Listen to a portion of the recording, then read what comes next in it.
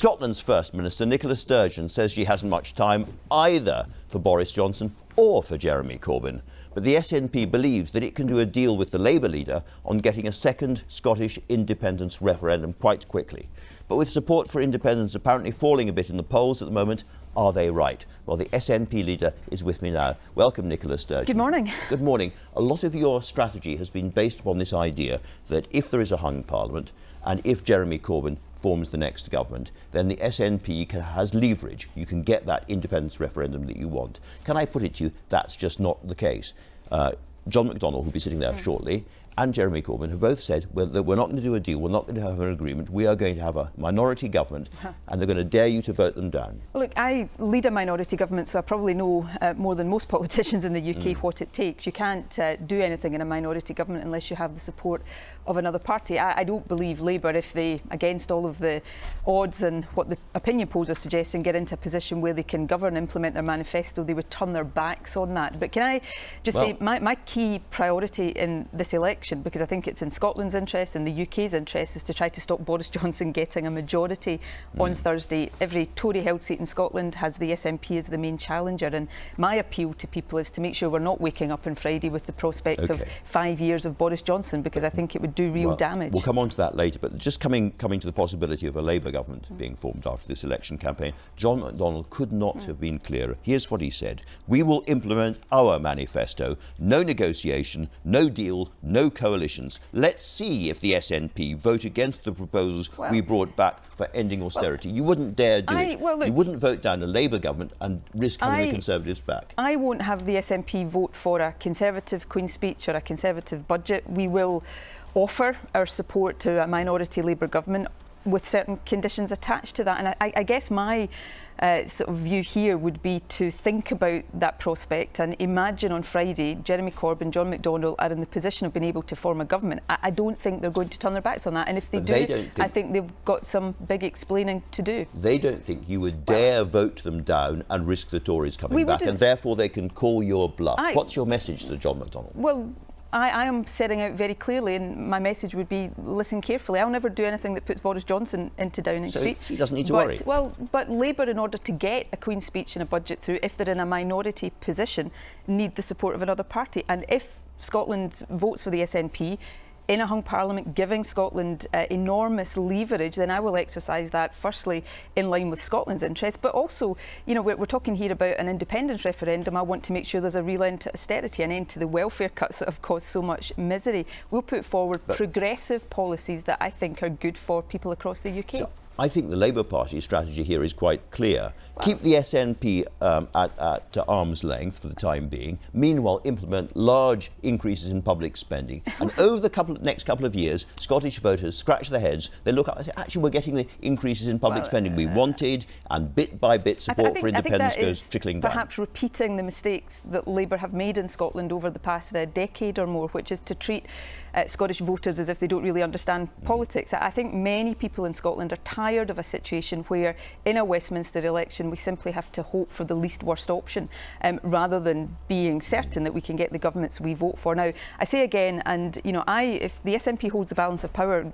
this time next week, we will exercise that responsibility responsibly and constructively, and in a way that's in the interests of Scotland, obviously, but the rest of the UK. But I would say again, I lead a minority government in Scotland, and I think Labour perhaps are not fully understanding what they would need to do in order to get their policies implemented, which I'm sure they will want to do. They know you won't vote with the Conservatives, therefore they know they don't have to worry about you too much. But they also have to get, we won't put the Conservatives into government, but Labour would then have to get support to get their policies through. I would be offering that support, and I think it would be You're saying if you don't get your referendum, it's complete stasis and paralysis in Westminster forever. It's not just about that. I've just set out a range of policies that we would want to progress. I'm not asking Labour to support Scottish independence. I'm not even asking them to support the idea there should be another independence referendum. I'm making the reasonable request that they respect a principle, which is that if there is a referendum, and the timing of that referendum should not be matters for Westminster to determine, they should be matters for the Scottish people in Parliament to determine. Let's talk a little bit about an independent Scotland. On the current figures,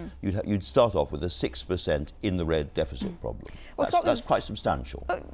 Indeed, and I should say, first of all, that deficit is a feature of how we're governed right now, which is by Westminster. It's not a reflection of life in an independent Scotland. It's a reflection of the strength of the Scottish economy. And the reason I'm asking about it is the Institute for Fiscal Studies, and you know what I'm going to say, their report on an independent Scotland. Let me read it out. Pursuing the type of policies suggested in the SNP manifesto in an independent Scotland would mean either cuts would have to be even bigger or taxes would have to be increased. And they say, in the short term at least, independence would likely necessitate more, not less austerity. I do have a great deal of respect for the IFS. I think on that in particular, what they are missing here is actually one of the key objectives and points of independence in an economic sense. It's about getting your economy growing faster so that Scotland would be able to emulate the economic performance of similarly sized countries that actually don't have the assets we've got. But on the deficit, let's look at that. Let me complete the point on the deficit, because Scotland's deficit is reducing.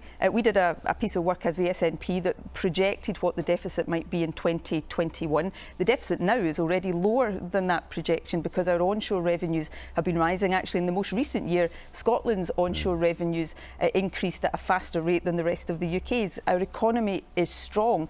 What holds us back right now is not having all the levers of independence that other countries take for granted. Well, you say that, but a lot of this is about exporting. That's where a country earns its place in the world. And you've been very, very critical of Brexit because 18% of Scottish exports go to the EU, and the problems have been caused by that, and Scotland didn't vote for that. I understand that. Well, on exports, because it's an important point, we had some statistics out in Scotland just this week on exports. Scottish exports are growing faster than the rest of the UK's. Our exports to Europe are growing faster. Now, if you look at the position... I'm sorry. Okay. Here is the question. 18% go to the EU. You're very cross about Brexit. But 60% go to England and Wales. And I don't want to change that. In an independent Scotland, particularly if you're part of the EU, there's going to have to be some kind of border between Scotland inside the EU, if that's what happens, and England and Wales outside. It's inevitable. It's a 95-mile border between the Solway Firth and... Can I just answer that question directly, because it's a really important question, and I have resolved to be absolutely frank with people.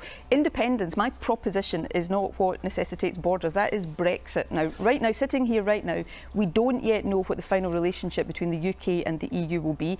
I want it to be as close as possible. I still hope the UK can stay in the EU. When we know what that final relationship will be, I will consider and set out clearly if there are implications for Scotland and how we intend to deal with and mitigate those implications. Because people should understand that under your plans, this is not the Scottish border or the English border. This is the external border of the EU. It's not under my plans, Andrew. It's under the Brexit plans, to be absolutely clear about it. But let me say, I want to, and there's no reason why Scotland would not continue to trade with England and vice versa. But I don't think Scotland should lose out on free trade within the single market, which is 8 times bigger than the UK market. And if you take the example of Ireland, when Ireland was able to combine the benefits of independence with the benefits of EU membership, what happened is that Ireland's exports base diversified. They started to export more to Europe, and actually they became a more prosperous country. So Scotland shouldn't be in the invidious position of having to choose between the two. We should be actually aiming to have the best of both worlds. Other times, but nonetheless, that border will be an external border of the EU, and there is no way you're making assumptions about the final relationship between the UK and the EU. You might be right in terms of what you're saying about that relationship. Brexit means. Well, but Brexit means leaving the EU. But we don't know the outcome of the general election yet. We don't know whether the UK is definitely leaving the EU. If it is, we don't know what the future relationship is going to be. Now, I will continue to argue for that to be as close as it possibly can be, and I will be very clear and frank with people about any implications for Scotland, and crucially how I and the SNP and the Scottish Government would seek to mitigate and to deal with those implications so that there aren't barriers to trade between Scotland and the rest of the UK. And I should be clear here, we're talking about goods and services. In terms of people, the common travel area, it's already accepted that will continue. You've just come down from Aberdeenshire, I think, where you've been campaigning. Lots and lots of marginal constituencies up there. Have you been frank with the Scottish fishing community that under your plans you will not be able to reform the common fisheries policy? We have, we have been long-term advocates of reform of the common fisheries policy. In the days when the Conservatives were taking the UK into the common fisheries policy, we're talking about this 10 years ago. treating fishing as expendable in the wider interests of the UK.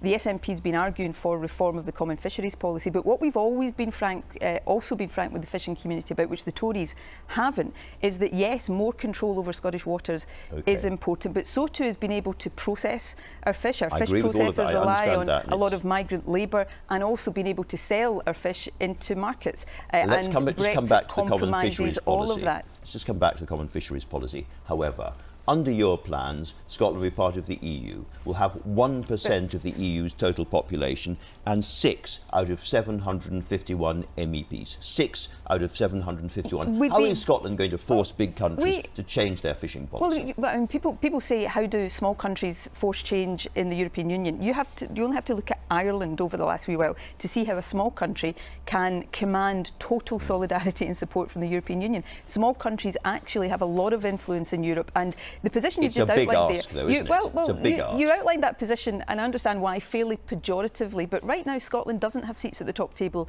in the European Union. We have to rely on the UK government, which sometimes represents our interests, sometimes doesn't, because the interests diverge between Scotland and the UK. So actually having a government in there fighting for Scotland's interests all the time, whether that's on fishing, on agriculture, on anything else, it would be a major step forward for Scotland, and we'd be in the position of these other powerful, influential, small independent countries. According to polling in Scotland, after Brexit, health is one of the subjects that the voters are very, very interested in. You have a poor record on health, do you not?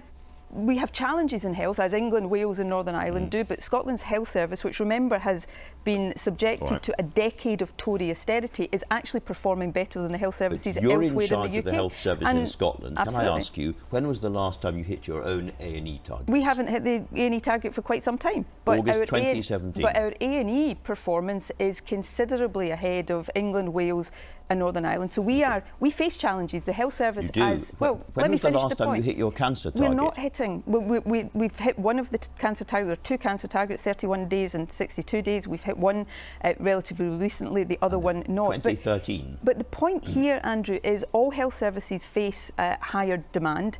We are investing. We invest about £136 more per head than elsewhere in the UK. We've done reforms to our health service that other health services in the UK haven't. Integrated health and social care, free personal care.